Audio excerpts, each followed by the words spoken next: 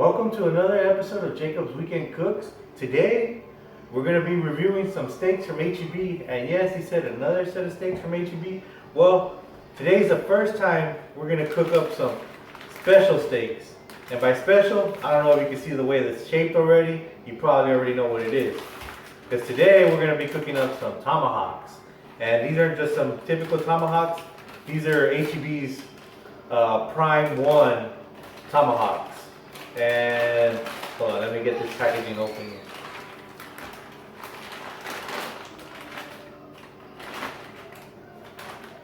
Okay, still got that pink paper on them anyways. But yeah, here we are. Look at these tomahawks. Beautiful. I think our total weight came into let's see. Let me get you this other one first. Look at that. Pretty. And it's nice and thick too. This ain't no little boy's tomahawk. But anyways, our total weight was about 5.0 pounds. Well, exactly 5 pounds, right? So it was about 5 pounds. So I'm guessing they're about 2.5 pounds each. So yeah, the bone is gonna make up a little bit of that. But anyways, these are very, very pretty tomahawks. These are, like I said, Prime 1.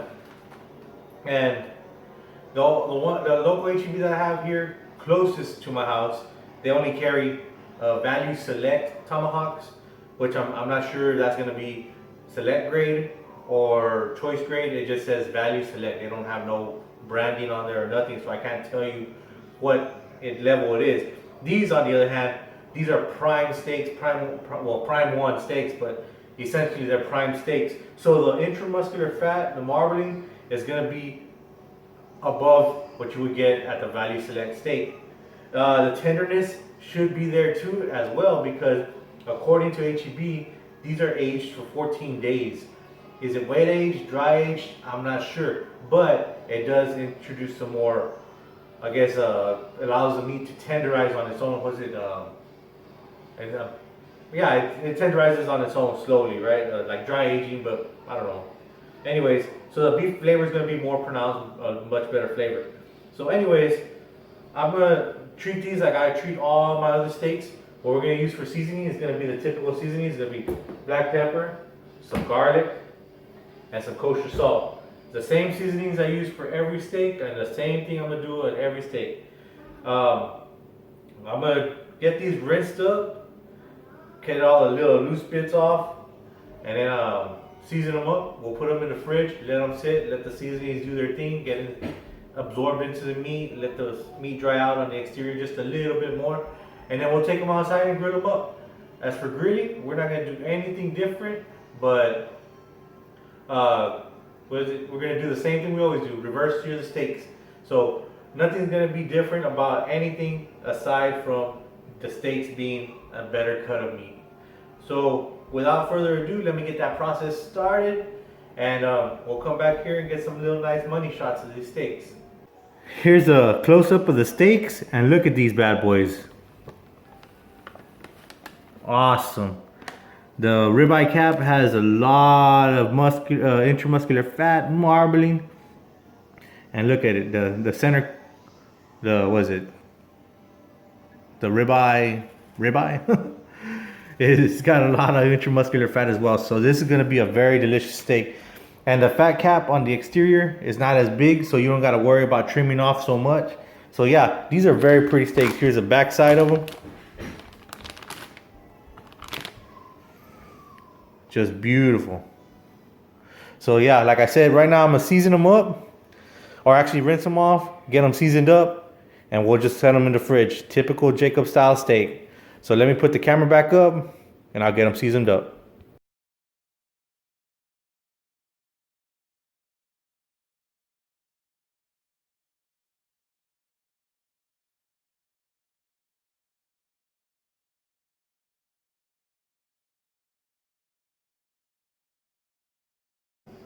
How'd y'all like that money shot? I try to get you some slow motion footage, some B-roll, so you know, something a little better. Let's upgrade my game, right? But anyways, the steaks have already been seasoned. I got all the way around on everything with the exception of the backside of the bone, because really, who's going to eat the backside of the bone? But anyways, I'm gonna put these in the fridge and let them do their thing. Quick side note is that before I throw these bad boys on the grill, I'm gonna get some butcher's twine and wrap them up just to hold them together, because as big as steaks they are, I don't want them to fall apart, or how can I tell you, so they can have more of a rigidity to it, so I can put them on the grill and be able to flip them and not worry about the ribeye cap separating because it's of the heat or whatnot. So anyways, like I said, we're gonna set these in the fridge, let time do its thing, and then we'll bring them out and grill them.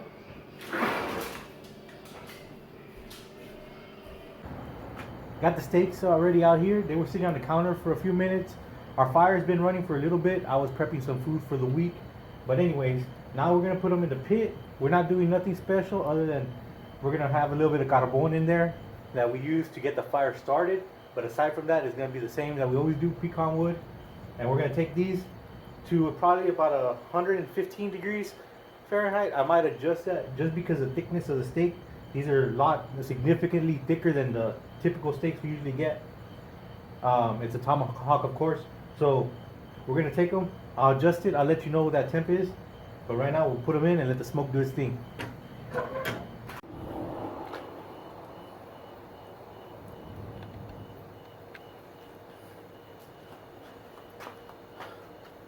We're back. I didn't tell you the temp that we were going to finish at, so I'm updating y'all now. I'm going to take them to 125. We already hit that temp right now. So what right now I'm going to do is let that little fire right there kind of heat up a little more, because we're going to go straight to our sear section. This is going to be the best part. I even got gloves. I don't know if y'all remember these gloves from the brisket video, but anyways, so now I can be able to grab it by the bone and do the tomahawk flip, you know what I'm saying? The only thing I didn't do that I told y'all I was going to do was wrap that butcher twine on them. So I'm hoping the ribeye cap stays attached. Sometimes it's so tender that it just falls off or separates. So I'm hoping everything works out fine. I should probably go get it, but it's already kind of late. I'm trying to get these done as quickly as possible. So right now, like I said, I'm gonna get that grill set up, and then we'll get that glorious beef footage roll. Okay, our fire is already rip-roaring hot. Now it's time to get these steaks seared up. Like I said, we're gonna put on this glove, supposedly good for high heat. So that bone is gonna get hot, of course, because it's gonna be over the fire. So here we go, start searing them up.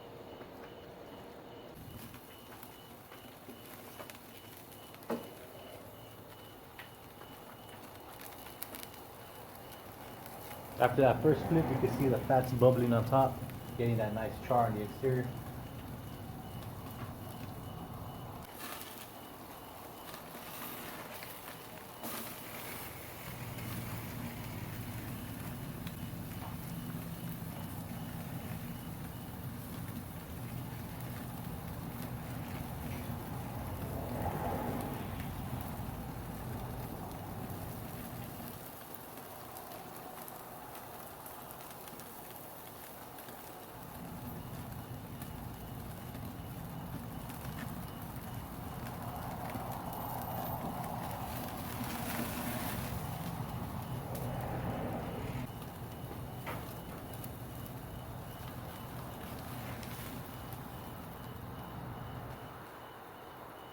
Looks beautiful, doesn't it? Well, they're already done. They got their nice sear on the exterior. They got that nice crust on the outside, like I said. So we're gonna take them inside and start slicing them up.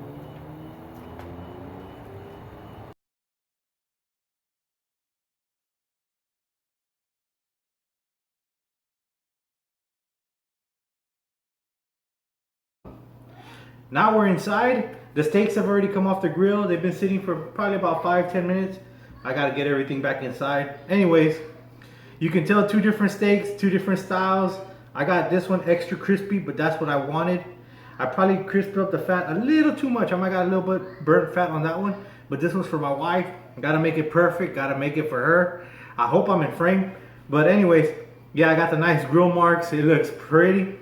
Anyways, right now, what's better to do but the money shot, right? Everybody wants that steak money shot. So first things first, I'll cut into mine because I don't want to cut into hers and then she not get to see it cut open, you know what I'm saying? She wants to see her product in person. So here we go. Oh yeah, it's tender. See, there's a difference between a select steak and a prime steak. But look at that. Like I said, I was shooting for more medium. On a steak this thick, this well marbled, you can go all the way to well done. Truth be told, because you cannot dry this steak out. Look at that. I don't know if you can see the sheen, but there's a sheen. Yeah, my hand's a little bit dirty from the, like I said, I got some of the fat charred, but man, it's really pretty. Let's see, you could do the brisket shot. No, it's not like a brisket. Anyways, I'm gonna slice them up. I'm gonna serve them on a plate.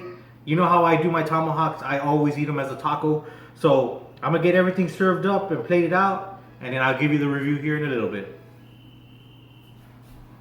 Well, here we are. We got our steak tacos, my tomahawk tacos, the tacos of Tomahawk, the Tomahawk galore tacos, whatever you want to call them. Anyways, I got the center cut of the ribeye or the tomahawk, and then I got the actual ribeye cap on this one taco. So first things first, right off the bat, you can tell it's a really juicy steak. The marbling is excellent on the steak, and there's nothing to it. The reverse sear, in my opinion, is the best method to achieve this kind of gradient on the steak. I don't know if the lighting is helping very much, but you can see there is very little gray steak. And if you don't remember in any of my videos, gray steak is a not great steak.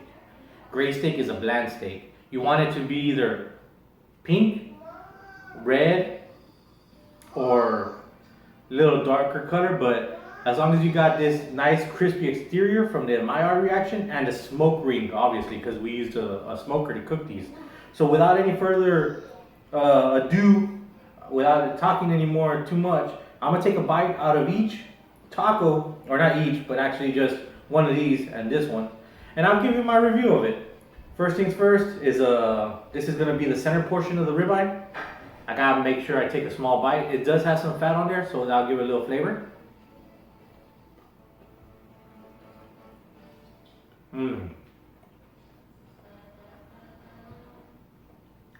Okay. Wow. It's exactly what I expected it to be. And by saying that is, I've bought Prime 1 steaks from H.E.B. So I know what a Prime 1 steak is, right? This is just a thicker version of the ribeye steak that they already sell. And there's no surprises there. It is a tender piece of meat. The flavor is there. It's beefy. It's a really good cut of beef. Anyways, it's really tender, and that's not even the portion that's supposed to be tender. The portion that's supposed to be tender is the ribeye cap. Now, this, using a cliche, is gonna be melt in your mouth, right? Well, not melt in your mouth, but close enough. I'm thinking this is gonna be melt in the mouth. Okay, so now we're gonna take a bite out of the ribeye cap. Okay, it's got some fat on there too, so we're gonna get a little bit of that nice flavor. Got some blood dripping out. Oh my god.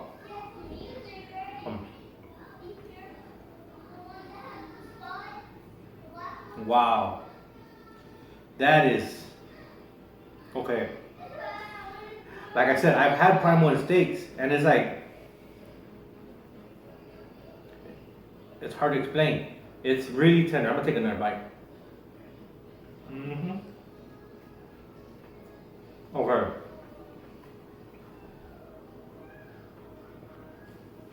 That. Okay. I was prepared for it to be tender, but to be that tender, it's wow. It's amazing. It's, on a way to explain it to you, it would be similar to like a carne guisada tender, I guess, because I don't feel no bite from it. I'm just like straight through the tortilla, straight through the meat. You got a little bit of that fat cap and a little bit of that silver skin that's always going to be on the ribeye. You know, you'll see it. If you look real close, there's always silver skin on ribeye. But anyways, it is excellent. So The purpose of this video was to give you a review of the Prime 1 Tomahawk Steak from H.E.B. And what can I tell you? We're going to use a scale of thumbs up, thumbs down, thumbs middle, right?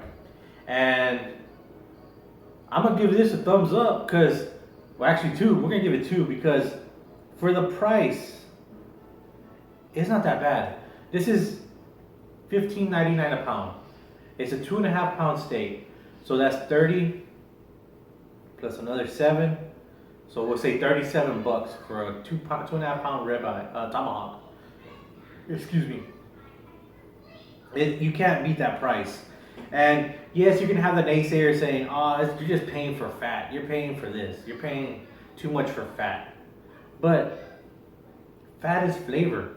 Yeah, you can get that beef flavor on a cheap cut of meat, but you're getting that extra fat flavor, that crispiness, that taste off of this steak. And for $37, it's not a bad deal. It's not. I would say the only way to get this flavor on a cheaper scale would be to buy probably a brisket. And that I'm always going to throw it all back to brisket because brisket is usually the cheapest per pound meat that you could get. Maybe a chuck roast, but I'm not even sure on that one. Or eye of round. The eye of round is nowhere near this kind of texture, this kind of flavor. So, anyways, yeah, I highly recommend trying this Prime 1 steak from H.E.B. And no, I'm not sponsored by them. I went and bought this steak out of my own money. And this is just a Jacob Weekend Cooks reviewing. And I'm going to give you a legit review. I'm not going to try to sell you something. I'm going to tell you like it is, right? And this is a great steak. I did buy my last video was the select steak from H.E.B again. And I'm going to tell you straight off the bat from that video is do not buy a select steak. It is not worth the effort to try to make it even better. Just go ahead and spend that extra $1 or $2 to get that choice grade or prime grade of meat. And on that note,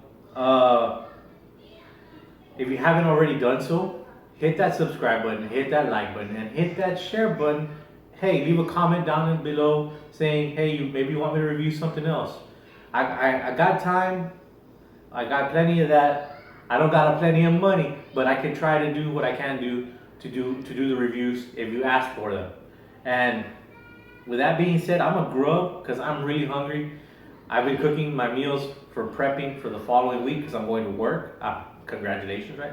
Anyways, going back to work. So I had to cook all that, see all that good stuff come off the grill, and now I got an actual meal in front of me. So I'm a grub, so I ain't got nothing else much to say. So until next time, this is Jacob saying peace.